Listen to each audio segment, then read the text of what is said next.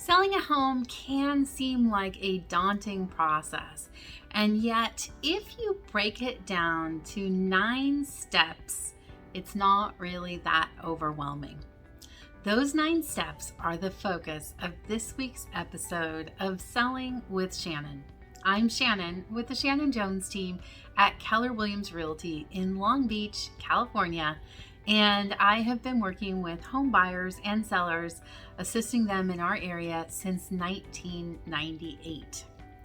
So step one is to find a realtor you can trust. You may look online, you may talk to friends or relatives who've bought or sold, and I recommend that you check an agent's reviews and that you interview them, talk to them about their experience and about their marketing plan, because having a real aggressive, comprehensive marketing plan is absolutely critical. And especially as we look at potentially the market shifting in the coming months or years, you want to make sure that they are prepared to help you have the best outcome. Number two is to work with the agent to get a solid view of what the market is in your area, what's the inventory, what's the demand, and what can you expect in terms of selling price, as well as what the selling costs will be, so that you know what your net or your bottom line is going to look like. Number three is to prepare your home for sale.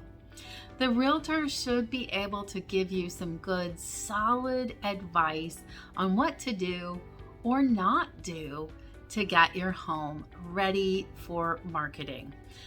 It's going to depend on the condition of your home, the price point, the current inventory, but whether it is simply decluttering, cleaning, sprucing up landscaping, or painting, or maybe some specific projects, definitely work with your agent so that you will have the best first impression when buyers go to consider your home. Number four is to actually list the home.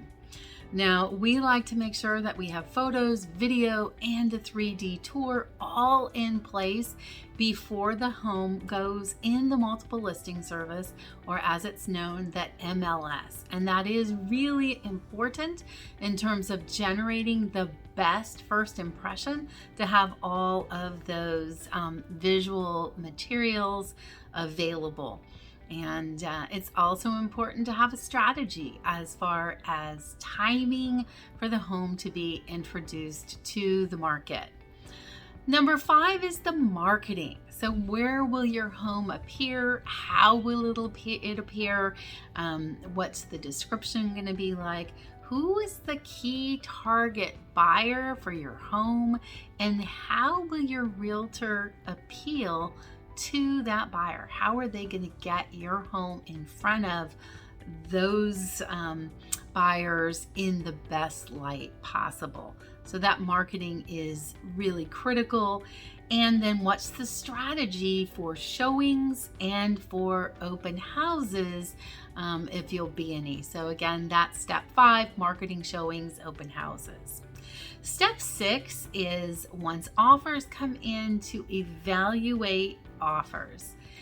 If there's one offer, it's relatively simple, but if there are more, what's the plan? Does the realtor have a system for helping you to kind of navigate multiple offers and be able to compare the key terms between the offers? So it's not just about the price. What are the buyer's qualifications? What about timing? Are they asking for anything else in terms of a home warranty plan, or any closing costs, or appliances that you didn't necessarily plan to leave? What about timing? If timing's important to you, make sure that your realtor knows that and that that is addressed during that phase when you're evaluating offers, because that will take you to number 7, which is negotiation. We're still in a seller's market right now, and so this is an opportunity for you to really end up with the best outcome that you can at that point. So does that include, for example, additional occupancy after you close?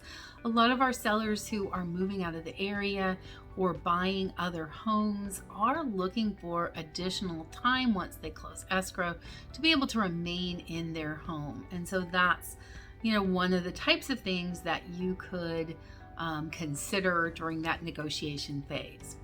Number 8 is the escrow period. And so during that phase, disclosures are provided to the buyers. The buyers have due diligence. They typically will have loan inspection and appraisal contingencies. Escrow paperwork is signed. So there's a lot of things that happen during that escrow period. But again, if you have chosen the right agent, number 1, they're going to guide you through that escrow process, and that's going to be much simpler for you.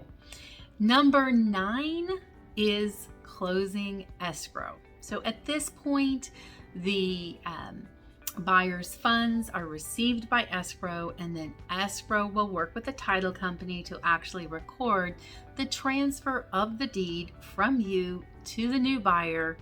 You'll get your money, they'll get their keys, and sometimes that happens on the day we close escrow.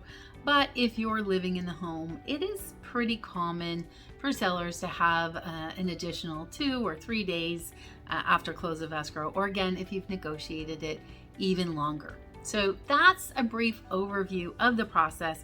If you have any questions about the selling process or the market or what your home might sell for in today's market, give us a call at 562-896-2456, or I'll include a link below, and we've got some more information on selling a home in our home seller's guide that we've put together. So definitely click on that, get a copy of it. You can also DM us or email us and ask any questions that you have. We are happy to be a resource for you. And if you found this video helpful, I definitely would invite you to check out the other videos in our Selling with Shannon series, and be sure to like and subscribe so that you don't miss out on any future videos. Again, I'm Shannon, and thanks for watching. Happy house selling.